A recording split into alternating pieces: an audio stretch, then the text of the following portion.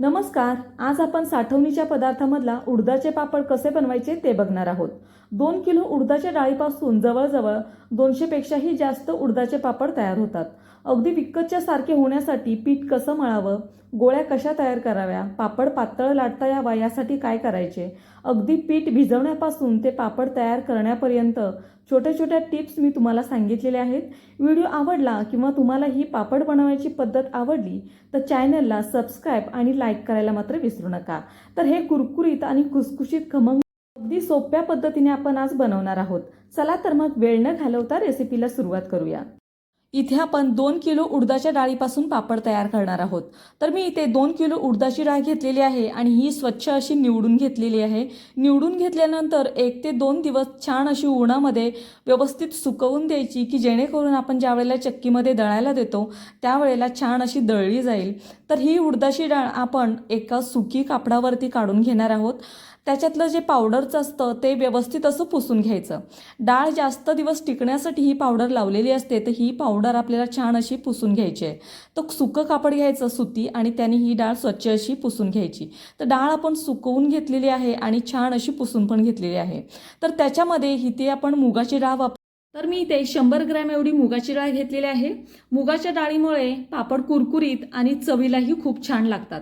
तर हे सगळं आपल्याला मिक्स करून घ्यायचं आहे आणि हे दळून आणताना शक्यतो तुम्ही घरघंटीवरून दळून आणा. मोठ्या चक्कीवरती जर तुम्ही दळायला दिलं तर कोणत्याही धान्यावरती हे दळलं जातं आणि पापड आपले तळताना लालसर असे उडतात. उडदाच्या पापडांचं पीठ जेवढं होईल तेवढं बारीक दळून आणायचं, कारण जाडसर जर तुम्ही पीठ आणलं तर पापड आपले छान तयार होणार नाहीत. तर हे मी व्यवस्थित असं चाळणीने चाळून घेतलेलं आहे पीठ. आता हे आपलं 2 किलो पीठ आहे, त्याच्यामुळे आपल्याला ह्या परातीमध्ये व्यवस्थित असं मळता येणार नाही. तर इथे मी मोठ्या टोपाचा वापर करणार आहे आणि टोपामध्ये हे पीठ छान असं मळायला येईल. तुम्ही जर 2 किलो घेणार असाल तर परातीमध्ये मळायला घेऊ नका, किंवा 2 किलोपेक्षा जर कमी पीठ घेणार असाल, 1 किलोचं करणार असाल तर हे पीठ तुम्ही परातीमध्ये मळलं तरी चालेल. तर हे पीठ मी ह्या टोपामध्ये पूर्णपणे काढून घेणार आहे की जेणेकरून पीठ छान असं मळता येईल. तर हे बघा, मी इथे टोपामध्ये सगळं पीठ काढून घेतलेलं आहे आणि हे पीठ भिजवण्यासाठी मसाल्याचं आपल्याला पाणी बनवायचं आहे. तर गॅसवरती मी टोप ठेवलेला आहे आणि इथे मी दुसरा कोणताही मसाला वापरणार नाही. अगदी रामबंधू पापड मसाल्याचे मी इथे 2 पॅकेट्स आणलेले आहेत. 2 किलो आपण उडदाची डाळ घेतलेली आहे, तर 1 किलोला 1 पॅकेट एवढं वापरलं जातं. ह्याच्यामध्ये दुसरा कोणताही मसाला आपल्याला घालायची गरज नाही, कारण ह्याच्यामध्ये परफेक्ट मेजरमेंट करूनच इथे मसाला वापरलेला आहे. आणि हा मसाला जर तुम्ही घातला तर दुसरा कोणताही मसाला तुम्ही ॲड करू नका. जर वाटलं की आपल्याला जास्त थोडे पापड तिखट पाहिजे असतील तर मिरं थोडंसं बारीक करून तुम्ही इथे घातलं तरी चालेल. तर हे पापडांचा मसाला आहे तो मी इथे वापरणार आहे. गॅसवरती मी टोप ठेवलेला आहे आणि त्या टोपामध्ये जवळजवळ 3 ग्लास एवढं मी पाणी घेणार आहे. आता इथे पाणी आपल्याला जास्त पण लागू शकतं, तर कोमट पाणी आपण नंतर वापरलं तरी चालेल. तर 3 ग्लास एवढं मी इथे पाणी वापरणार आहे आणि हे 3 ग्लास पाणी हलकंसं गरम झालं की ह्याच्यामध्ये आपल्याला मसाला घालायचा आहे. तर पाणीला उकळी आली नाही तरी चालेल, पाणी फक्त तुम्हाला गरम करून घ्यायचं आहे. गरम पाणी झालं की ह्याच्यामध्ये हा रामबंधूचं 1 पॅकेट आहे ते आपण घालून घेणार आहोत. पाण्याला इथे आपण उकळी वगैरे येऊन दिली नाही. पाणी गरम झाल्यानंतर हा मसाला आपण टाकून घेतलेला आहे. तर टाकल्यानंतर हे व्यवस्थित असं हलवून घ्यायचं की जेणेकरून त्याच्यातल्या ज्या गाठी वगैरे होतील त्या व्यवस्थित अशा मिक्स करून घ्यायच्या. पॅकेट टाकल्यानंतर ह्याच्यातला जो मसाला आहे तो विरघळेपर्यंत हे आपल्याला गॅसवरती ठेवायचं आहे किंवा हलवून घ्यायचं आहे व्यवस्थित. तर हे बघा, तुम्ही बघू शकता आपण दोन्ही पण पॅकेट्स इथे टाकलेले आहेत आणि हे व्यवस्थित मिक्स होईपर्यंत आपल्याला हे गॅसवरती ठेवायचं आहे. गॅसचा फ्लेम हा मीडियम ठेवा, लो ठेवला तरी चालेल. हे फक्त आपल्याला गरम करून घ्यायचं आहे आणि 2 ते 3 मिनिटातच गॅस बंद करून हे खाली उतरून घ्यायचं आहे. तर गरम पाण्याचा आपल्याला इथं वापर करायचा नाही, कोमट पाण्यातच आपण हे पीठ मळून घेणार आहोत. तर तुम्ही बघू शकता पाणी बऱ्यापैकी मिक्स झालेलं आहेत सगळे मसाले आणि बऱ्यापैकी कोमट झालेलं आहे पाणी. अगदी बोट बुडेल एवढं पाणी कोमट आहे. तर हे पाणी आपण खाली उतरून घेऊया. पाणी व्यवस्थित कोमट झाल्यानंतर हे पाणी आपण ज्या वेळेला पिठामध्ये घालतो त्यावेळेला चमच्याने पूर्ण व्यवस्थित हलवून घ्यायचं आणि नंतरच हे पिठामध्ये घालायचं, कारण मसाले असतात ते तळाला जाऊन बसलेले असतात. तर त्याच्यामुळे चमच्याने पहिलं पाणी हलवायचं आणि नंतरच पिठामध्ये ओतायचं. सुरुवातीला जर तुम्ही हे पीठ हाताने मळायला घेतलं तर व्यवस्थित मळता येत नाही. पूर्णपणे पीठ हे हाताला चिटकून राहतं, कारण उडदाचं पीठ हे खूप चिकट असतं. तर थोडं थोडं पाणी करून तुम्ही ह्या पद्धतीने चमच्याने हलवून घ्या आणि चमच्याने हलवल्यानंतर हे पीठ थोडंसं भिजल्यानंतर पूर्णपणे हाताने हे मिक्स करायला घ्या. तर थोडं थोडं पाणी करून मी हे पीठ ह्या पद्धतीनेच मिक्स करून घेणार आहे. तर तुम्ही बघू शकता हे पीठ आपलं बऱ्यापैकी भिजत आलेलं आहे आणि हे सगळं पाणी चमच्याने हलवायचं आणि नंतरच ह्या पिठामध्ये घालायचं. तर थोडं थोडं पाणी करून आपण हे पूर्ण मसाल्याचं पाणी ह्या पिठामध्ये मिक्स केलेलं आहे. आता हाताच्या साहाय्याने हे पूर्णपणे आपण मळून घेणार आहोत. जे पाणी आपण गरम केलं होतं ते पुरणार नाही, त्याच्यामुळे दुसरं कोमट पाणी मी इथं करून घेतलेलं आहे आणि लागेल एवढं मी ह्या पिठामध्ये पाणी घालून हे पूर्णपणे पीठ मिक्स करून घेणार आहे, मळून घेणार आहे. तर ह्या पद्धतीनेच तुम्हालाही मळून घ्यायचं आहे. जास्त पातळ करायचं नाही पीठ, अगदी कडक आपल्याला हे गोळे तयार करून घ्यायचे आहेत. छोटे छोटे गोळे मी इथे 3 करून घेतलेले आहेत, कारण हे पीठ छान असं छोटे गोळे केले की व्यवस्थित असं मळायला येतं. तर हे 3 गोळे मी इथे करून घेतलेले आहेत आणि हे गोळे परातीमध्ये घेऊन मी परत एकदा थोडंसं तेल लावून हे छान असं मळून घेणार आहे. जेवढं पीठ हे तुम्ही मळून घ्याल तेवढे आपले पापड खूप छान तयार होतात. तर तुमच्या हाताला जर पीठ जास्त चिटकत असेल तर थोडं थोडं तेलाचा हात घेऊन हे पीठ छान असं मळून घ्या. शक्यतो हे पीठ जास्त पातळ करू नका, कठीणच आपल्याला हे मळून घ्यायचं आहे, कारण आपण हे रात्रभर भिजत ठेवणार आहोत. त्याच्यामुळे दुसऱ्या दिवसापर्यंत हे पीठ छान असं भिजलं जातं. तर हे बघा ह्या पद्धतीनेच तुम्हालाही मळायचं आहे.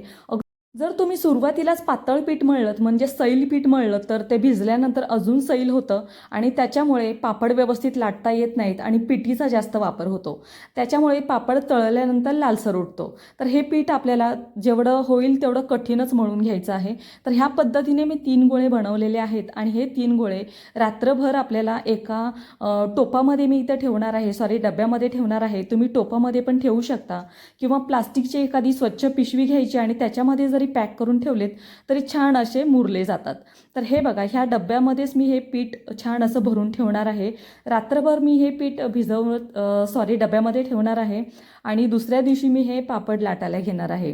तुमच्याकडून जर पीठ पातळ मळलं गेलं असेल तर जास्त वेळ भिजत ठेवू नका, कारण जास्त वेळ जर तुम्ही भिजत ठेवलं तर अजून ते पातळ होतं आणि पापड व्यवस्थित लाटता येत नाहीत. तर अर्धा ते 1 तास भिजत ठेवा आणि नंतर पटकन पापड लाटायला घ्या.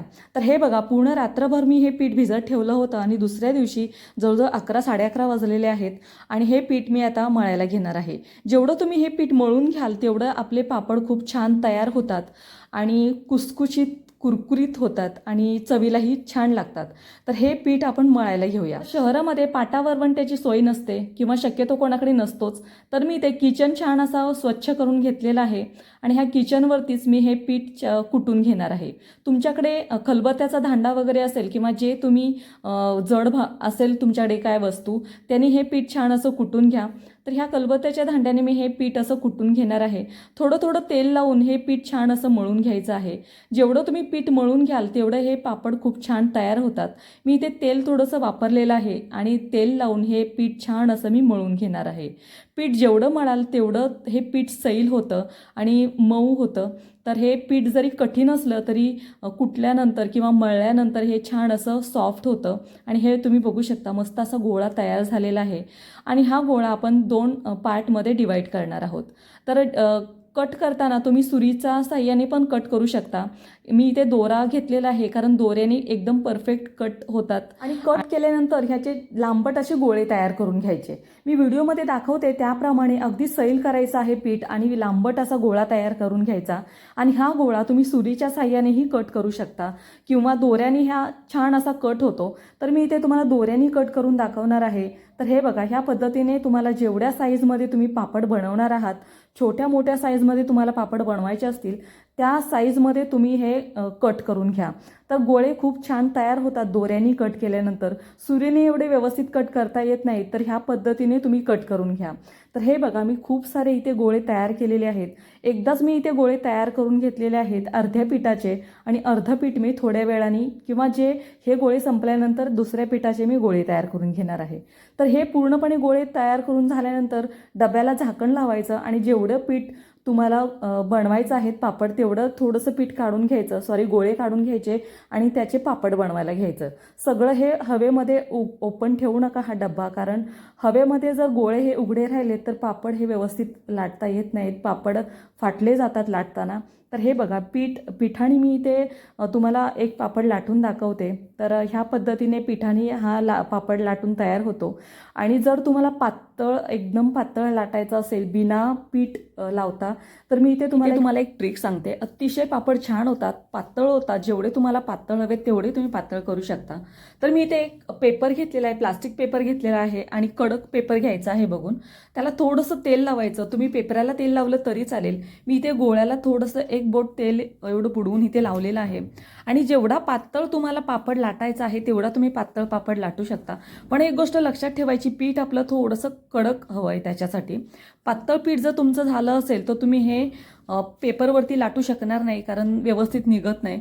तर हे बघा, ह्या पद्धतीनं जसा तुम्हाला पापड पातळ हवा आहे त्या पद्धतीने तुम्ही हा पापड बनवू शकता. अगदी मोठ्या आकाराचे जरी पापड बनवायचे असतील तर ह्या पद्धतीने छान तयार होतात. हवा तेवढा पातळ तुम्ही हा पापड लाटू शकता. तर हे बघा, मस्त असा पापड आपला तयार झालेला आहे. फक्त हे पीठ जे आहे ते थोडंसं कठीण मळलं गेलं पाहिजे. पापड लाटून झाल्यानंतर हा सुकवण्यासाठी एखाद्या बेडशीटवरच सुकवत टाकायचा. प्लास्टिक पेपरवरती किंवा प्लास्टिक कागदावरती तुम्ही हा जो पापड आहे बनवलेला तो सुकायला टाकायचा नाही, कारण प्लास्टिकवरती हा चिपकला जातो. तर हे बघा, अतिशय सुंदर पापड तयार होतात. आणि ज्या साईजमध्ये तुम्हाला हवे आहेत, जेवढे पातळ हवे तेवढे तुम्ही पातळ करू शकता. अगदी व्यवस्थित आणि कमी वेळेत तयार होतात पापड. जास्त वेळ पण ह्या प्रोसेसला लागत नाही. तर हे बघा, मस्त असा पातळ असा पापड तयार झालेला आहे. आणि बेडशीटवरती सुकत टाकायचं आहे सुरुवातीला. थोडेसे सुकले की तुम्ही प्लास्टिकवरती ॲड केले तरी चालतील. तर हे बघा, मस्त असे निघत आहेत, अजिबात त्याला थोडाही फोल्ड होत नाही. अतिशय छान निघून तयार होत आहेत आपले पापड. बघा, छान असा पातळ पापड आपला तयार झालेला आहे. तुम्हाला हवा तेवढा तुम्ही पातळ पापड करू शकता. तर हे थोडंसं बेडशीटवरती सुकल्यानंतर मी इथे प्लास्टिक पेपरवरती सगळे पापड काढून घेतलेले आहेत. आणि हे थोडेसे सुकले की एकावरती एक ठेवून द्यायचे आणि दुसऱ्या दिवशी 1 ते 1.5 तासासाठी कडक उन्हामध्ये सुकवून घ्यायचे. सुकवल्यानंतर हे पूर्णपणे हवाबंद डब्यामध्ये किंवा एखाद्या प्लास्टिक पिशवीमध्ये पूर्णपणे पॅक करून टाकायचे. हे पापड वर्षभर अगदी आरामात टिकतात आणि खूप छान चवीला लागतात. आपण इथे ह्याच्यामध्ये मुगाची डाळ घातलेली आहे, त्याच्यामुळे ह्याची टेस्ट खूप छान लागते. तर तुम्हाला हा व्हिडिओ कसा वाटला किंवा तुम्हाला ही पद्धत आवडली असेल तर चॅनलला सबस्क्राईब करायला मात्र विसरू नका. आणि उन्हाळी वाळवणातला दुसरा एक पदार्थ आपण याचा व्हिडिओ अपलोड केलेला आहे. मिश्र डाळींपासून चविष्ट सांडगे आपण बनवून दाखवलेले आहेत. अगदी कमी वेळामध्ये कसे तयार करायचे तोही तुम्ही व्हिडिओ एकदा नक्की बघा. लिंक डिस्क्रिप्शन बॉक्समध्ये दिलेले आहे. चला तर मग पुन्हा भेटू.